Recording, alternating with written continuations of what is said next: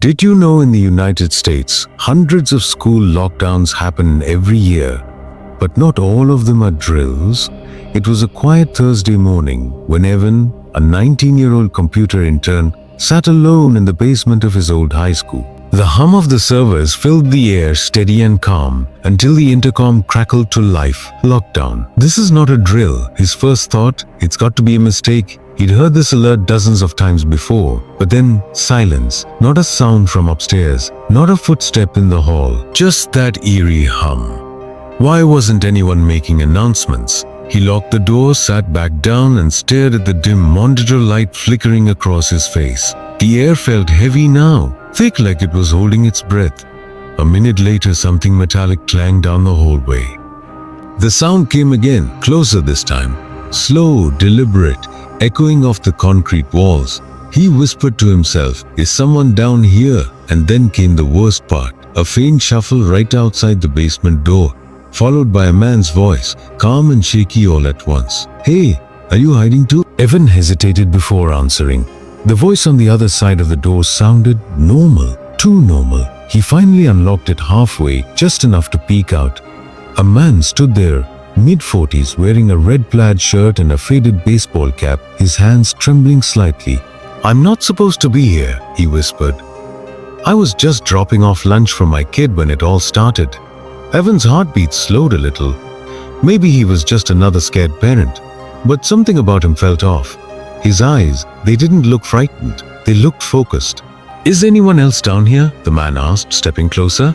Evan shook his head. "No, just me." For a moment, silence. Then the man smiled faintly, too faintly, and said, "Good, stay quiet. They're still upstairs, they?" Who was they? The lockdown was supposed to be because of one intruder. So why did he say it like that? As the basement lights flickered, Evan noticed the man's shirt sleeve was smeared. Dark stains that weren't dust or dirt. He swallowed hard. "Sir, are you hurt?" The man looked down, then slowly raised his eyes back up, voice barely above a whisper. "Not my blood." Evan's throat went dry. "Not my blood," the words echoed in his head like a warning he didn't understand yet. The man in the red plaid shirt and hat stepped closer, boots scraping the concrete. "You don't have to be scared," he murmured. "It'll be over soon, over soon." What did that even mean? Evan backed toward the corner of the room, pretending to look for his phone charger just to break eye contact. His fingers trembled as he grabbed his phone from the desk. One notification blinked at the top of the screen. A new text from his coworker upstairs. "Bro, this is crazy. Some guy shot Mr. Buckley. He's wearing a red shirt and a hat. Don't come upstairs." Evan's stomach dropped.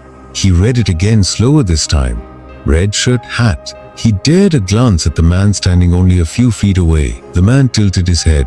"You okay, kid?" Evan's phone buzzed again, but he silenced it fast. The air between them thickened, heavy with the truth Evan couldn't say out loud. His voice barely came out. "Who are you?" The man smiled, calm, steady, the kind of smile that doesn't reach the eyes. The room felt smaller now. The flickering light, the low hum of machines, and that man in the red plaid shirt and hat, standing between Evan and the only exit. Evan's pulse thundered in his ears. He had to think fast. I think there's another way out," he lied, trying to sound calm. The man's eyes narrowed, scanning him like prey. "You're lying," he said flatly. "You've got that look people get right before they run." Then he reached into his jacket. Evan froze, praying it wasn't what he thought it was. The metallic click confirmed his worst fear. Small, black, and gripped like he'd done this before. Why wasn't anyone coming? Where were the police? How long had it been since the lockdown started? Evan slowly backed up toward the storage shelves. "Please, you don't have to do this." The man tilted his head again, almost curious. "Do you even know why I'm here?" Evan didn't answer. He couldn't. "Mr. Buckley," the man whispered, voice cracking. "He ruined everything. Took my life apart. Now I'm taking it back." A sound echoed above. Footsteps, shouting, radios. The man's grip tightened. "Guess they finally found me." He turned to Evan with a calm smile. "You'd better hide." And then the lights went out. Darkness swallowed the basement whole. Evan couldn't even see his own hands, just the hum of servers and the slow, steady sound of breathing somewhere close. Too close. "Don't move," whispered the man in the red plaid shirt and hat. His voice came from the left, or was it behind him? The sound bounced off the walls, twisting direction like the building itself was whispering. Evan crouched behind a filing cabinet, heart pounding so hard it felt loud enough to give him away. He heard something slide across the floor, metal scraping concrete, the gun. He was reloading. Was this how it ended? Alone, in a dark basement, hunted by a man he once thought was harmless. Then buzz. His phone vibrated again, the screen lighting up just enough to cast a faint glow. A new text. Police in the building, stay hidden. Shooters still on the loose, but the light gave him away. There you are, the man hissed. Evan bolted. He ran through the maze of desks and wires, every step echoing like a countdown. A deafening shot rang out. The bullet struck a pipe, sparks flying, steam hissing into the darkness. He stumbled toward the emergency door, slamming into it, locked. And then, just behind him, the man's whisper, "I told you not to move." The metal door rattled as Evan slammed his shoulder against it again and again. No use. The lock wouldn't budge. Behind him, boots dragged against the concrete, slow, deliberate, like the man in the red plaid shirt and hat was enjoying every step. "Stop running," the man said softly. "It's over." It's always been over. Evan pressed his back to the door, breath shaking. He could hear the man's gun clinking against his belt. The servers around them hummed louder, as if the whole basement was holding its breath. Then buzz, another text. The glow from Evan's phone cut through the dark. One line on the screen froze his heart. "He's heading your way, SWAT team, in 2 minutes. Play dead if you have to." 2 minutes. Could he survive that long?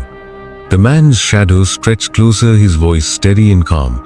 "You think they'll save you? They never come in time." A beam of light sliced through the door's window. Police flashlights. The man turned toward it, squinting.